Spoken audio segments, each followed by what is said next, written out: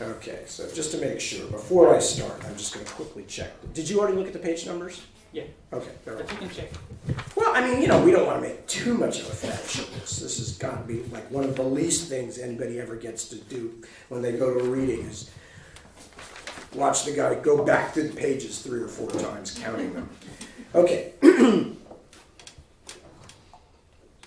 All right, so this is from the Witchwood Crown. This is chapter 3, Conversation with a Corpse Giant. Before, for those who haven't read these books, and I will just quickly say, the main character, I'm very conflicted. His name is actually Jarnulf because of the kind of Rimmersman that he is, because normally it would be Jarnulf. But I've just been in Germany for 2+ weeks, and everybody who read this chapter, because we had actors reading it and stuff, they all read this chapter, Jarnulf, and I'll probably just mix them up terribly. But he's supposed to be Jarnulf. Jarnulf, we don't know anything about at this point, so this is not anything you should know about him. And most of it is explained, but the only thing you have to know is that the events that he is referring to are the things that happen in the first book, namely the very close brush with disaster that the humans had with Inaluki, the Storm King, and Queen Utuku of the Norns, who almost turned back time and literally destroyed humankind.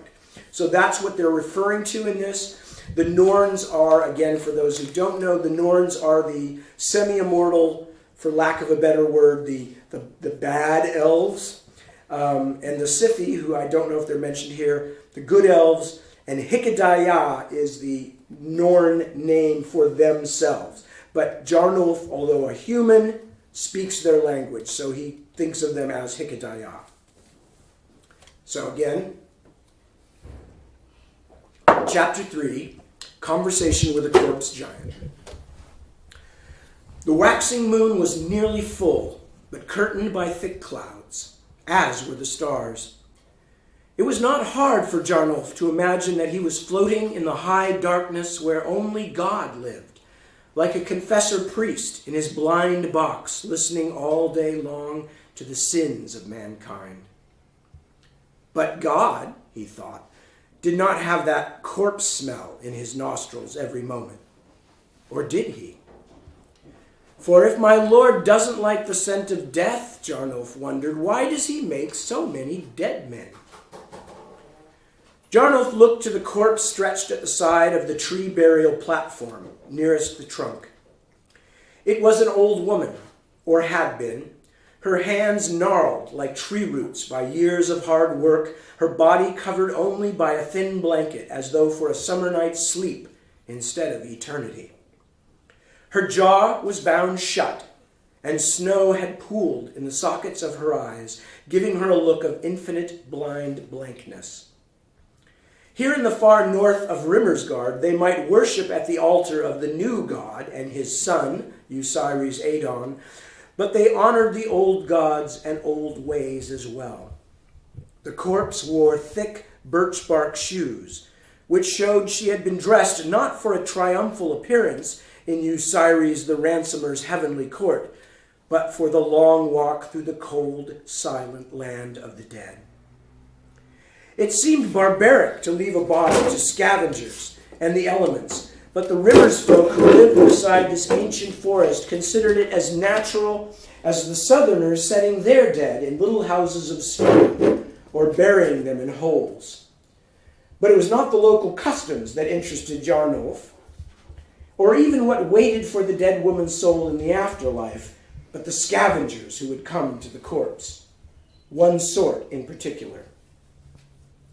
The wind strengthened and set clouds flowing through the black sky, the treetops swaying. The platform on which Jarnulf sat, 30 cubits above the icy ground, rocked like a small boat on rough seas. He pulled his cloak tighter and waited. He heard it before he could see anything. A swish of branches, out of time with the rise and fall of the wind's noises. The scent came to him a few moments later, and although the corpse lying at the far end of the platform had an odor of its own, It seemed almost healthy to Jarnolf, matched against this new stink. He was almost grateful when the wind changed direction, although for a moment it left him with no way of judging the approach of the thing he had been waiting for since the dark northern afternoon had ended. Now he saw it, or at least part of it, a gleam of long, pale limbs in the nearby treetops.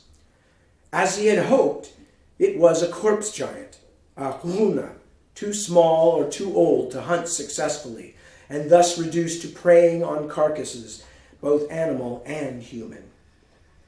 The sinking moon still spread enough light to show the creature's long legs flexing and extending as it clambered toward him through the treetops like a huge white spider. Jarnolf took a slow breath and wondered again whether he would regret leaving his bow and quiver down below, but carrying them would have made the climb more difficult, and even several arrows could not kill a giant quickly enough to be much use on such a dangerously constrained battlefield, especially when his task was not to kill the creature, but to get answers from it. He was frightened, of course. Anyone who is not a madman would be.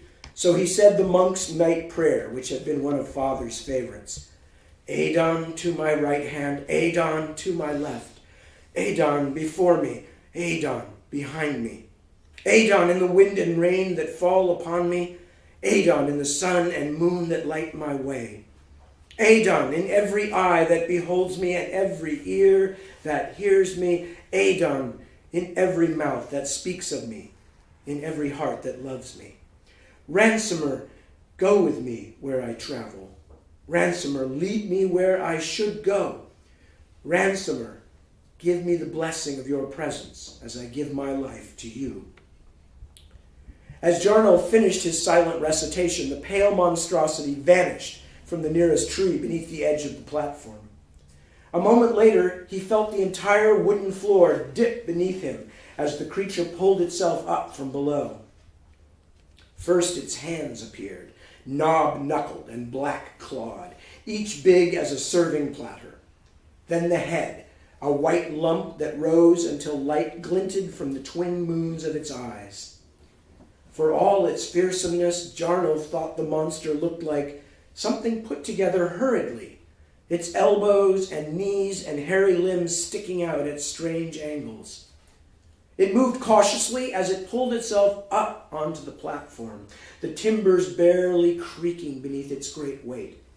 Its foxfire eyes never left the dead woman at the far end of the wooden stand. Jarnolf had seen many giants, had even fought a few and survived, but the superstitious horror never entirely went away. The beast's shaggy, powerful limbs were far longer than his own, but it was old and smaller than most of its kind. In fact, only the giant's legs and arms were full-sized. Its shrunken body and head seemed to dangle between them like those of some hairy crab or long-legged insect. The Nyar Huna's fur was patchy, too. Even by moonlight, Jarnolf could see that its once snowy pelt was mottled with age. But though the beast might be old, he reminded himself it was still easily capable of killing even a strong man. If those grotesque, clawed hands got a grip on him, they would tear him apart in an instant. The giant was making its way across the platform toward the corpse when Jarnolf spoke suddenly and loudly. What do you think you are doing, Night Walker? By what right do you disturb the dead? The monster flinched in alarm, and Jarnolf saw its leg muscles bunch in preparation for either battle or escape. Do not move, corpse-eater, he warned in the Hikkadaya tongue, wondering if it could understand him, let alone reply. I am behind you. Move too quickly for my liking, and you will have my spear through your heart. But know this, if I wanted you dead, godless creature, you would be dead already. All I want is talk. You want talk. The giant's voice was nothing manlike, more like the rasping of a popinjay from the southern islands, but so deep that Jarnolf could feel it in his ribs and belly. Clearly, though, the stories were true. Some of the older Hunnen could indeed use and understand words, which meant that the terrible risk he was taking had not been completely in vain. Yes, turn around, monster. Face me. Jarnolf couched the butt of his spear between two of the bound logs that formed the platform, then balanced it so the leaf-shaped spearhead pointed toward the giant's heart like a lodestone. I know you are thinking you might swing down and escape before I can hurt you badly. But if you do, you will never hear my bargain, and you will also likely not eat tonight. Are you by any chance hungry? The thing crouched in a jutting tangle of its own arms and legs, like some malformed beggar, and stared at Jarnolf with eyes bright and baleful. The giant's face, the giant's face was cracked and seamed like old leather, its skin much darker than its fur. The monster was indeed old. That was obvious in its every stiff movement and in the pendulous swing of its belly. But the narrowed eyes and mostly unbroken fangs warned that it was still dangerous. Hungry? It growled. Jarnolf gestured at the corpse. Answer my questions, then you can have your meal. The thing looked at him with squinting mistrust. Not your... This? No, this old woman is not my grandmother, or my great-grandmother. I do not even know her name, but I saw her people carry her up here, and I heard them talking. I know that you and your kind have been raiding tree burials all over this part of Rimmersgard, although your own lands are leagues away in the north. The question is, why? The giant stared fixedly at the spear point where it stood a few yards from its hairy chest. I tell what you want, then you kill. Not taught that way. No spear. Jarnolf slowly lowered the spear to the platform, setting it well down out of even the giant's long reach, but kept his hand close to it. There, speak, devil spawn. I'm waiting for you to tell me why. Why? What, man?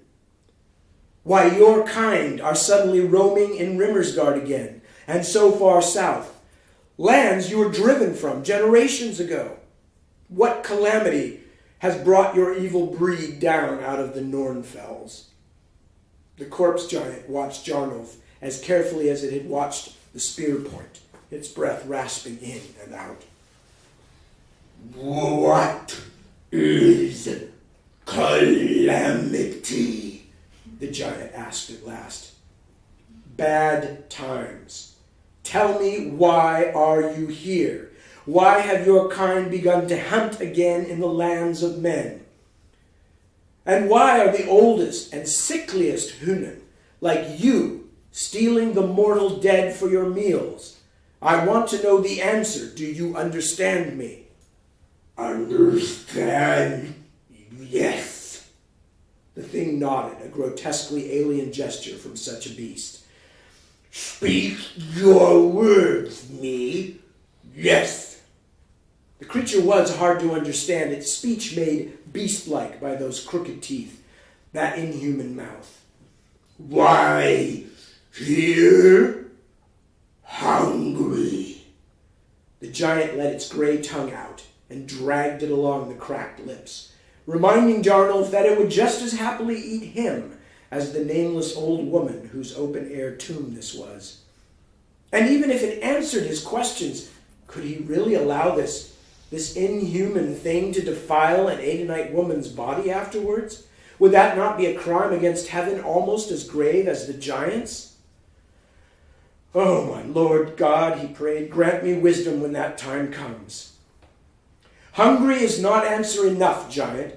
Why are your kind coming all the way to Rimmersgard to feed? What is happening back in the north? At last, as if it had come to a decision, the beast's mouth stretched in what almost seemed a smile, a baring of teeth that looked more warning than welcome. Yes, we talk. I talk. But first say names. Me, it thumped its chest with a massive hand. Buryakar. Now you say. I do not need to tell you my name, creature. If you wish to take my bargain, then give me what I ask. If not, well, then our trading will end in a different way. He let his hand fall to the shaft of the spear. The giant's gleaming eyes flicked to the weapon, then back to his face again. You ask why Hodgin, why giants come here? The creature said. For food, many mouths, hungry now in north, in mountains, too many mouths. What do you mean, too many mouths? Higjaja, you call Norns. Too many. North is awake. Hunters are everywhere. The Norns are hunting your kind? Why? For fight. Jarnell sat back on his heels, trying to understand. That makes little sense. Why would the Hikkadaya want to fight with your kind? You giants have always done their bidding. The thing swung its head from side to side. The face was inhuman, but something burned in the eyes, a greater intelligence than he had first guessed. It reminded Jarnolf of an ape he had once seen, the prize of a Narved merchant who kept it in a cage in the cold courtyard of his house. That beast's eyes had been as human as any man's, and to see it slumped in the corner of its too small prison had been to feel a kind of despair. Not everything that thinks is a man, Jarnolf had realized then, and he thought it again now. Not fight with, the giant rasped. They want us fight for again. It took a moment to find the creature's meaning. Fight for the Norns? Fight against who? Men. We will fight men. It showed its teeth. Your kind. It was not possible. It could not be true. What are you talking about? The Hikkadaya do not have the strength to fight mortals again. They lost almost everything in the Storm King's war, and there are scarcely any of them left. All that is over. Nothing over. Never over. The giant wasn't looking at him, though, but was staring raptly at the body of the old woman, thinking again about supper. I don't believe you, said Jarnolf. Bur-Yak-Kar turned toward him, and he could see something like amusement in the ugly, leathery face. The idea of where he was, what he was doing, and how mad it was suddenly struck Jarnolf and set his heart racing. Believe, not believe, not matter, the corpse giant said. All of Northward wakes up. They are everywhere. Higdaja, the white ones. All awake again and hungry for war because she is awake. She? Queen with silver face, awake again. No. The Queen of the Norns? No, that cannot be. For a moment, Jarnolf felt as though God himself had leaned down from the heavens and slapped him. In an instant, everything that Father had taught him, all his long-held certainties, were flung into confusion. You are lying to me, animal. He was desperate to believe it was so. Everyone knows the Queen of the Norns has been in a deathly sleep since the Storm King fell. 30 years and more. She will never awaken again. The giant rose from its crouch, a new light in its eyes. Bur-Yak-Kar not lie. The beast had recognized Jarnolf's momentary loss of attention, and even as he realized it himself, the giant took a step toward him. although half the length of the treetop platform still separated them. The creature set one of its huge knobbed feet on the head of his spear, pinning it flat against the tethered logs. Ask again now. What name you, little man? Angry, and more than a little alarmed at his own miscalculation, Jarnulf rose and took a slow step backward, closer to the edge of the platform. He shifted his balance to his back foot. Name? I have many. Some call me the White Hand. White Hand? The giant took another shuffling step toward him, still keeping the spear pinned. No. In North, we hear of White Hand. Big warrior, great killer, not skinny like you. The creature made a huffing noise, a kind of grunt. Jarnulf thought it might be a laugh. See? You put spear down. Hunter, warrior, never put spear down. The giant was near enough now that he could smell the stench of rotting human flesh in its nails and teeth, as well as the odor of the beast itself, a sour tang so fierce it cut through even the stiff, cold wind. 8 young ones like you before. The corpse giant was grinning now, its eyes mere slits as it contemplated the pleasures of a live meal. Soft meat, come off bones easy. I am finished with you, godless one. I have learned what I needed to know. But in truth, Jarnulf now wanted only to escape, to go somewhere and try to make sense of what the creature had told him. The Norn Queen awake? The Norns preparing for war again? Such things simply could not be. You finish with me? The huff of amusement again, followed by the carrion stench. Even as the giant leaned toward him, its head still loomed high above Jarnulf's, and he was now within reach of those long, long arms as well. The monster might be old, might have to scavenge its meals from burial platforms, but it still weighed perhaps 3 times what he did, and had him trapped in a high, small place. Jarnulf took one last step back, feeling with his heel for the edge of the platform. Beyond that was only a long drop through sharp branches to the stony ground. Not even enough snow to break my fall, he thought. Lord, O Lord, make my arm strong and my heart steadfast in your name and the name of your son, Eucyrus the Adon. As if reminded of the cold, he adjusted his heavy cloak. The giant paid no attention to this small, insignificant movement. Instead, the great leering head bent even closer until it was level with his own.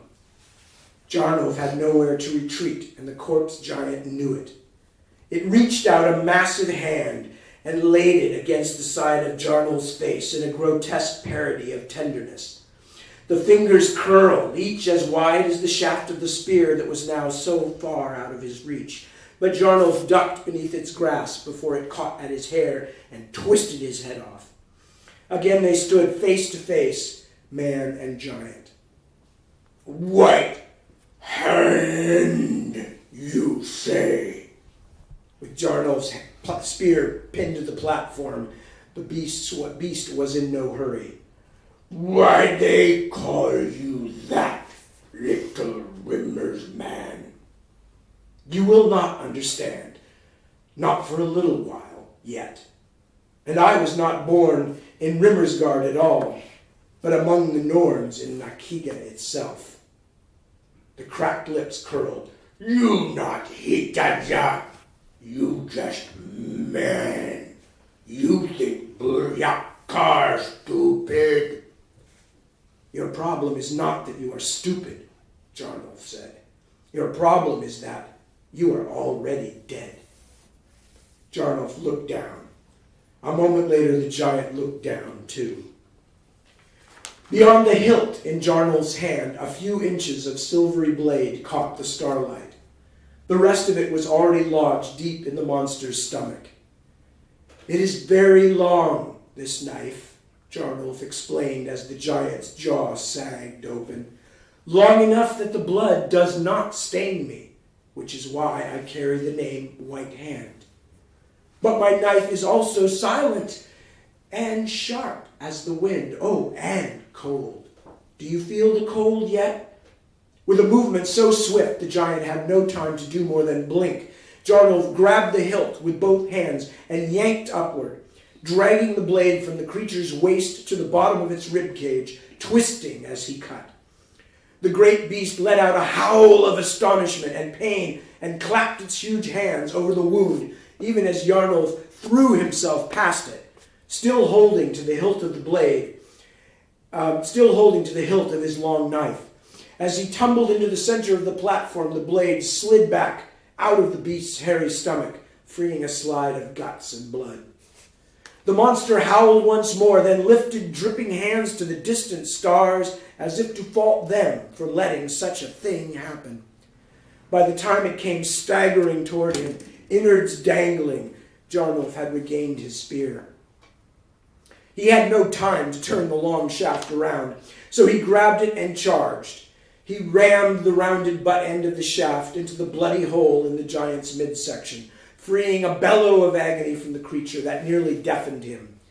The logs beneath them bounced and swayed, and snow pattered down from the laden branches above as the giant thrashed and howled and plucked at the spear shaft.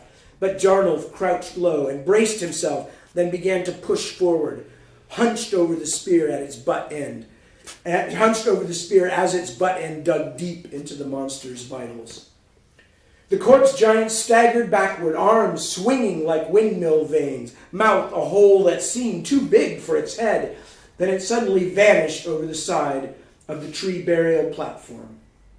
Jarnolf heard it crashing through the branches as it fell, then a heavy thump as it hit the ground, followed by silence. Jarnolf leaned out, keeping a strong grasp on the edge of the platform. His head felt light, and his muscles were all quivering. The giant lay sprawled at the bottom of the tree in a tangle of overlong limbs. Jarnolf could not make out all of it through the intervening branches, but saw a pool of blackness beneath it, spreading into the mounded snow. "Careless," he berated himself, "and it almost cost me my life. God cannot be proud of me for that."